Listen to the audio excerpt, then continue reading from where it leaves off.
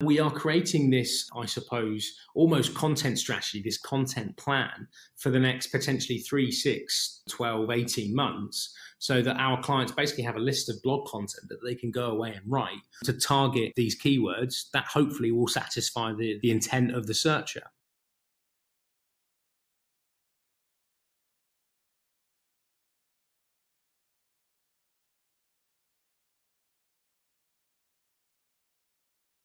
This is Time for Marketing, the marketing podcast that will tell you everything you've missed when you didn't attend the marketing conference.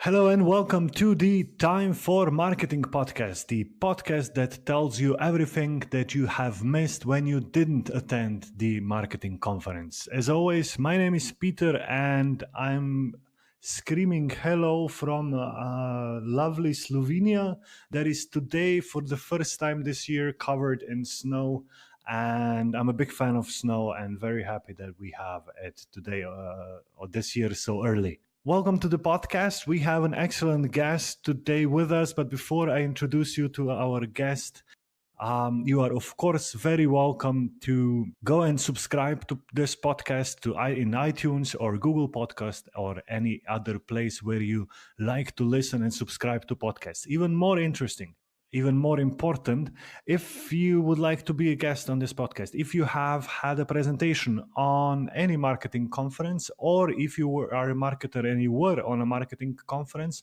and you loved a presentation there, just visit the website timeformarketing.com and there's a contact form and I would love to hear from you. And that's enough from my side. The guest that we're having today is Matthew Kay. Hey, Matthew. Hey, how you doing? I'm very well. How are you? Did England get the first shipment of snow also? Not quite yet. It's temperatures definitely dropped over the last few days, but yeah, hopefully it'll hold off for a few more weeks here because the country tends to grind to a halt when it snows. So. Yeah, that was what happened this morning here in Ljubljana also. But yeah, that's if it's snowing and I can sit in the car and look at these snowflakes, I don't mind it that much. Do you usually get a lot of snow in the part of the UK where you are? Sometimes it's normally a big deluge, kind of around a week or two a year. I remember last year we got quite a lot of snow in January, so me and my brother ended up chucking on our skis and going up to the local woods where there's a mountain bike park. And skiing around there. So we did that for the first time because the snow was quite heavy. But yeah, no, not normally, to be honest. Now, people in the UK are not big on skiing, are they? Yeah, well, I think there's a lot of people like skiing. Obviously, we're just not. We do because we don't get enough snow. We have to go to your France, your Austrias, your Switzerland's and stuff to take advantage of it. But yeah, no, I try and get away at least once a year. I went twice earlier this year in January, which was good. So yeah, I'd like to be a better skier than I am.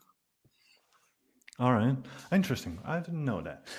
Matthew, you work at the company Aira and you are there the head of operations. Could you tell us a bit more? What does that mean? What do you do there? And of course, a bit about your company. Sure. So Aira are a UK-based digital marketing agency. The company was founded in January of 2015 by Paddy Moogan and Matt Beswick. They originally started with 3 or 4 employees, and we're now at around about 34, 35. We cover... the way we try and describe ourselves is that we help businesses grow online as opposed to being a digital marketing agency, I suppose. But we cover everything from, technical SEO to content generation, link building, social media, paid social media, PPC, marketing automation, email marketing, all that sort of stuff. We are a Google Premier partner. We're also one of around about 50 agencies on the planet to be a Moz recommended agency, and we're a HubSpot certified partner as well. So that's an overview of Aira. In terms of my role here, we have a couple of teams. One which we call the content and PR team, who are much more focused on, getting coverage for their brand, for their clients, kind of increasing brand awareness, link building, link generation, that sort of stuff. And then we have the other team, which we refer to internally as the acquisition team. The acquisition team is the one that I oversee, and we are arguably the geekier side of the room. So we do the technical SEO, the marketing automation, the kind of PPC account optimization, social ads, that sort of stuff. So, all right. So, would you call yourself a SEO guy, or I sort of felt that you are in SEO, but what you've told us now, I'm sort of a bit confused. Would you describe yourself that way? Yeah. So, from my perspective, I'm probably more of an all-rounder than I am anything else. But if I had to pick something, it would be in more SEO and analytics. My background personally is I've spent 6 years in agencies, but touched across many kind of different digital marketing disciplines.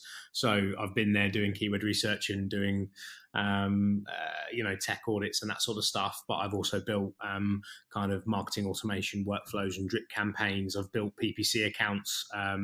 I've done kind of Google Analytics audits and implementations. I'm pretty broad, to be perfectly honest with you. But if I had to pick one, it would be kind of SEO and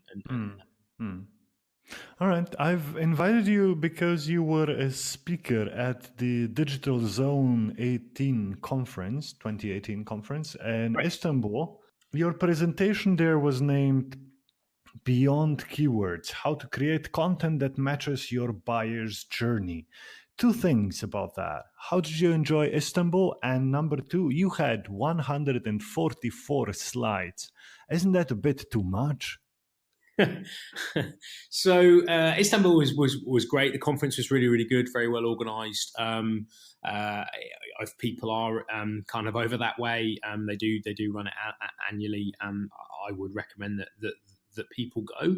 Obviously, the chance to go to Istanbul as well and go to a city I've never been to before was cool too. In terms of having 144 slides, I go through them quite quickly. And I think what's quite important is that, particularly in this kind of digital age nowadays, and with things like SlideShare, I've been onto SlideShare and seen 15, 20, 30 slide long decks. And it's difficult to follow along. Whereas I think if you have more content in your slides, but not so many that you have too many points per slide, you give the ability for people to kind of follow that story along. All right, then without further ado, I would like to give you the microphone. Present you with your time, your 5 minutes to sum up your presentation. How and where should we go beyond keywords? Cool, good. I think the fundamental thing and the background to my presentation is that consumers have fundamentally changed. If we, as marketers and sales professionals and people that try to promote our goods and services, think about it, consumers are very, very different to how they were 10, 15, 20 plus years ago. In the kind of the old days, you might get a sales call from a sales rep and then get a brochure sent to you in the post. And then after you've done a little bit of research, you then might submit an inquiry or actually buy a product. Whereas today's consumer journey is much more complicated. If you think about the last time you bought an item online, you might have done a Google search or done several, viewed a website page, then seen a social media advertisement. You might have then revisited the website. You might have downloaded an ebook or a podcast. Or a white paper, watched a webinar, then you might get sign up to a company's email address list. You might get a couple of emails, then visit the service page or product page, and then actually submit an inquiry or buy something. So this actual journey has got not more complicated, but there's many more touch points than there were previously, and a lot of data out there backs this up. And a couple of stats I put in my slides was around 94% of B2B buyers research online purchase decisions, and one stat from Google was that a particular user's car buying journey included over 900 digital interactions over a 3-month period. So what this means is that the buyer's journey, or the way that we purchase products or services, has evolved.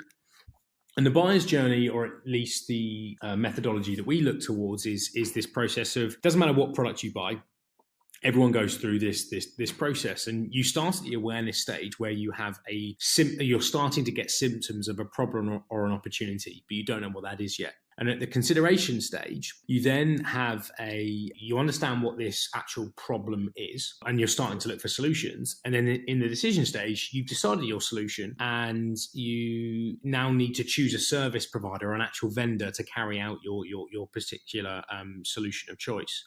The example I often give is when you buy a holiday. Okay, so you don't start off, or not always, you start off with I'm going to buy a holiday, or you're going to travel to Sicily, or travel to America, or travel to wherever. Quite often you start with I'm a little bit stressed out and I could do with a break. That's your awareness stage. In the consideration stage, you're then saying, right, in order to become a little bit less stressed, then I need a holiday. So then that's your consideration stage. You actually know what it is. And in your decision stage, you're saying, well, do I want a villa holiday? Do I want a beach break? Do I want to go skiing? All these sorts of things, okay? And quite often companies and organizations focus too much at the decision stage. And we forget about the consumers who are not ready to buy. And there's a really interesting stat from HubSpot, which is 96% of website visitors are not actually in the mood to buy. They're not ready. And what this means is that our keyword research, our content generation process, needs to consider those users further up the funnel, not at the decision stage. Now, I should say that if you have limited time and resource, you should definitely focus on the decision stage, but we shouldn't ignore those people who are not yet ready to engage in any sales conversations. So we need to fundamentally change the process, and there's a couple of ways that we've done this over at Aira. The first one, and I think most people will be familiar with this, is moving from keywords to topics. Okay, so what we've done at Aira is we've adopted HubSpot's topic cluster model, and if you're not familiar with that, HubSpot's topic cluster model is where you have a pillar page which typically targets a short tail key term or phrase that goes really, really in depth across a topic in itself. Whereas you then have what they refer to as cluster pages, which focus on subtopics, and they tend to be the long tail keywords. But the idea is that all of these pieces of cluster content that sit externally away from your pillar page all internally link back to your pillar page, and your pillar page links out to your subtopics. And the idea is that if you get one link into these cluster pages or the pillar page, the entire topic cluster gets a boost within the search engine results pages. What we've done at Aira is basically use that model and kind of take it a little bit further, and then start to apply stages of the buyer's journey to them. So we have what we call pillar pages, cluster pages, and target pages. Target pages tend to be more decision-based content. Okay, so where you're actually targeting people that are looking to buy. What we then do is we will ensure that a lot of our content targets or tries to target multiple keywords. Okay, so for example, if I'm the kind of older approach, if you were targeting, I don't know, key terms like inbound marketing or inbound marketing agency, inbound marketing company, inbound marketing services, a few years ago, you possibly could have made an argument for having an individual page for each one of those. Whereas nowadays, we have one page that targets all of those different phrases, because the actual intent of what the user's trying to get at is very, very similar. So the key thing is that our keyword research process needs to adapt to that. And the early stages of our process shouldn't really change too much. You get your list of C keywords, you chuck it into your favorite tools, Moz, Answer the Public, SEMrush, Google Ads, Keyword Planner, and then you start to expand that keyword list out. Once you've expanded that keyword list out, you then start to break them down to topics. And you want to try and make sure that you're obviously ignoring all those keywords based off kind of search volume and relevance. But what we're trying to do is we're trying to start thinking about, right, how can we break these keywords and phrases into topics? And also, how can we break these down into certain stages of the buyer's journey?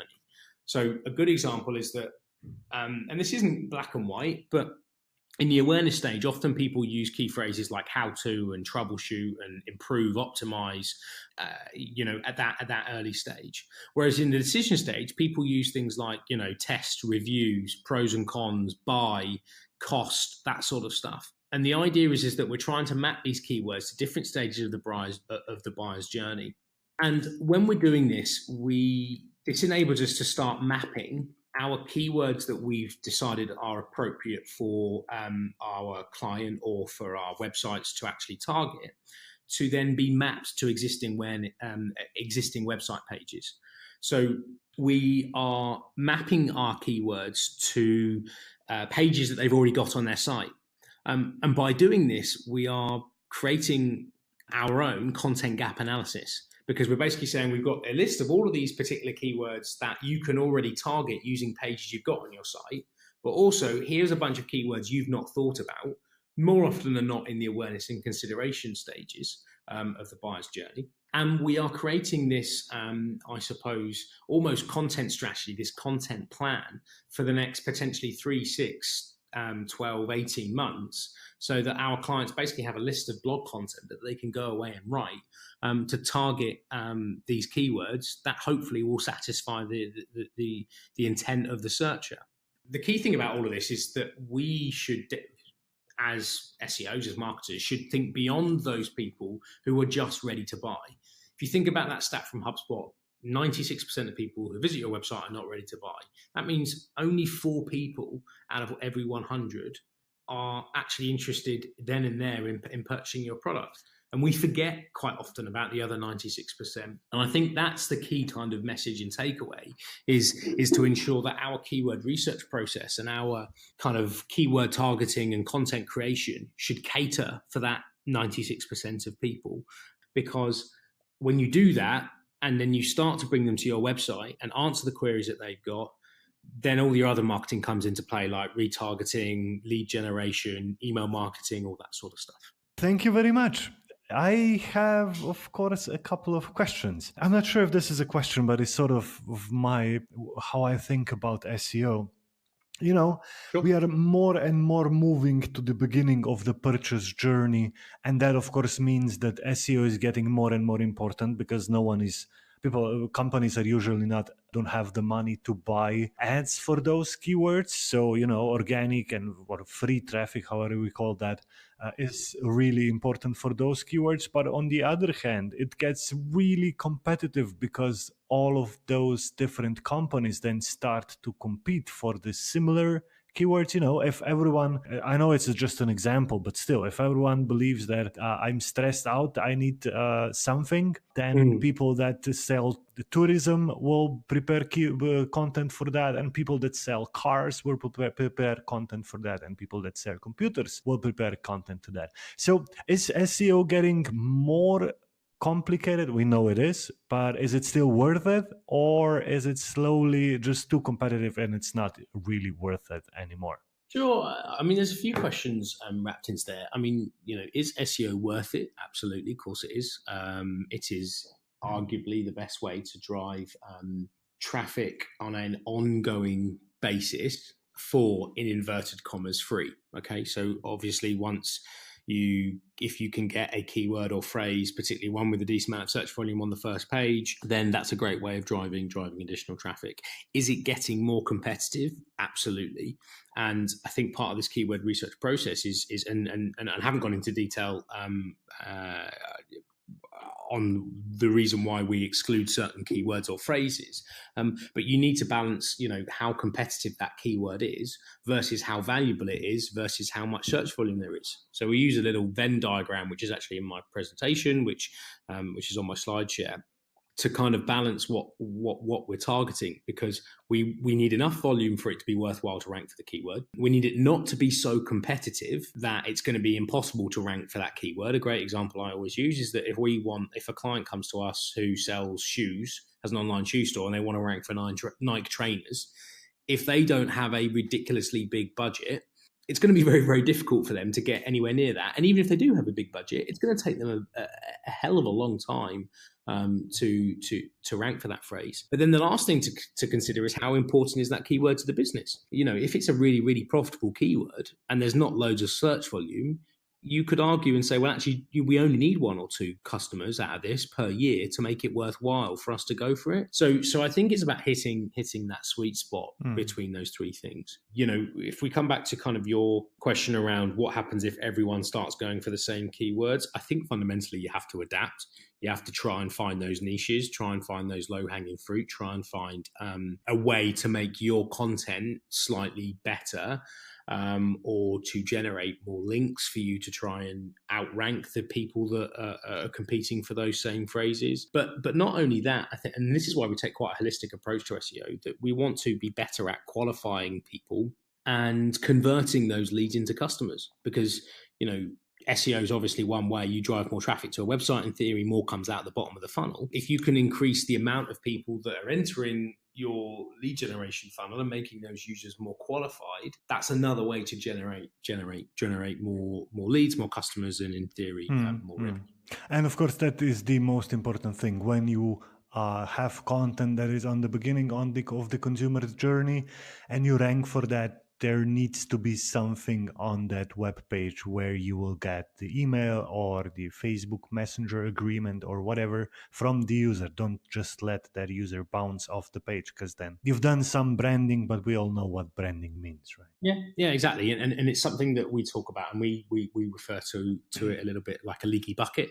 You're pouring water in at the top, but you've got holes that are letting these leads, these potential customers, fall away. We have to strike that balance between not putting so many pop-ups on a website that it turns people off. But if you can provide the right piece of content to that particular person, give it to them in the form of a download, or give them enough of an incentive to sign up to your marketing emails, to sign up to to give you that piece of information. When they are in the right frame of mind to buy a bit further down the line, you are increasing your opportunity to be the company that they think. I really liked your process of selecting the keywords, and when at the end of the day you said you're more or less almost doing a content strategy where you produce all of those keywords. How often do you think that such a keyword research should be done? Because what I see very often with clients is that the keyword research is done once and then not really touched again, and I feel that's not really the best way how to do it, right? Yeah, sure. So I agree with that sentiment. The honest answer is it depends. If you have the, I suppose, capacity to revisit it, if every 6 months or so, every 3 months or so, that is a sensible thing to do. The other thing is that if you've got finite time and resource, you should start with your most important keywords that are going to help your business grow. So you might want to pick your most profitable product, for example. Start there, spend some time on that, and then in 3 months' time, think about another topic or category. But should the process be revisited after a period of time? Yes. How often that should be will be determined based off how much keyword research you did at the start, how many keywords you actually have the ability to target. I'm not sure if you mentioned that's on the podcast, but I've seen that you have that in the presentation. Of course, pick out the AdWords keywords that are already working for you and analyze them and add them to your organic keyword list, right? Correct, exactly. So one of the things that we do as much as we possibly can, and this is only if a client has a Google Ads account, but you want to be looking at your Google Ads top converting keywords and then apply them to your keyword research, to your organic efforts. Because in theory, if you are converting keywords from a paid perspective, you've got to be doing something. If you can drive more through organic methods for those keywords that are performing quite well, that's going to increase your conversions from that perspective as well. So that's definitely something that should be integrated into that keyword research process, is what's working well on paid. We are a bit long, but one more question. If a client has AdWords keywords running and they work well, and then they also start ranking on the, first 3 positions organic, should they stop advertising? Because this is a sentiment that clients always love to do, at least from what I've seen. Okay, we're ranking organically, we don't want any AdWords. Is that the right thing to do? My honest answer is test it. The only way you'd ever know is you test it. So you track the amount of conversions you're getting based off the amount of traffic and impressions you're getting through Google Search Console and all that sort of stuff, and turn it off for 2 months. If you obviously notice a dramatic drop, don't after week 1, don't carry on the test. Turn it back on, but test it, because the honest answer is, I mean, it's quite a common question with branded terms. So, should I be bidding on my own branded keywords? Well, the answer to that is normally no if nobody else is bidding on it, but yes if someone is bidding on your branded terms. It's a similar sort of thing. I think that when it's non-branded phrases, you're more likely to get your click stolen, in inverted commas, by a competitor. I think the answer to that is test it. I would be very reserved based off my experience about turning off non-branded keywords from an AdWords perspective, just because I'm ranking for it in position 1 or position 2 or position 0 organically. Yeah.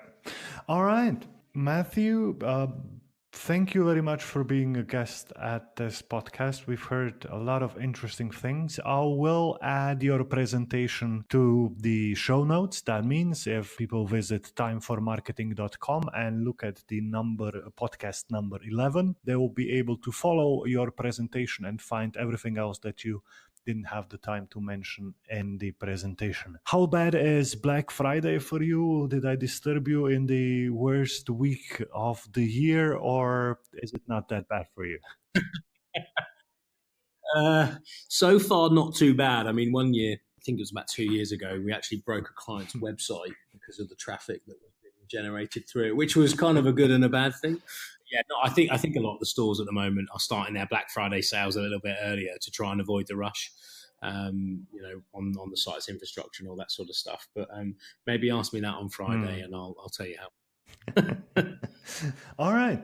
Thank you very much again for being a guest here. I think that's the time when you can say goodbye. Perfect. Great. Well, thank you very much, Peter. If anyone's got any questions or anything, feel free to give me a shout on Twitter. My handle's Matthew_JK. Just thanks once again for having me on. All right. Bye-bye. Cheers, Peter. Bye-bye.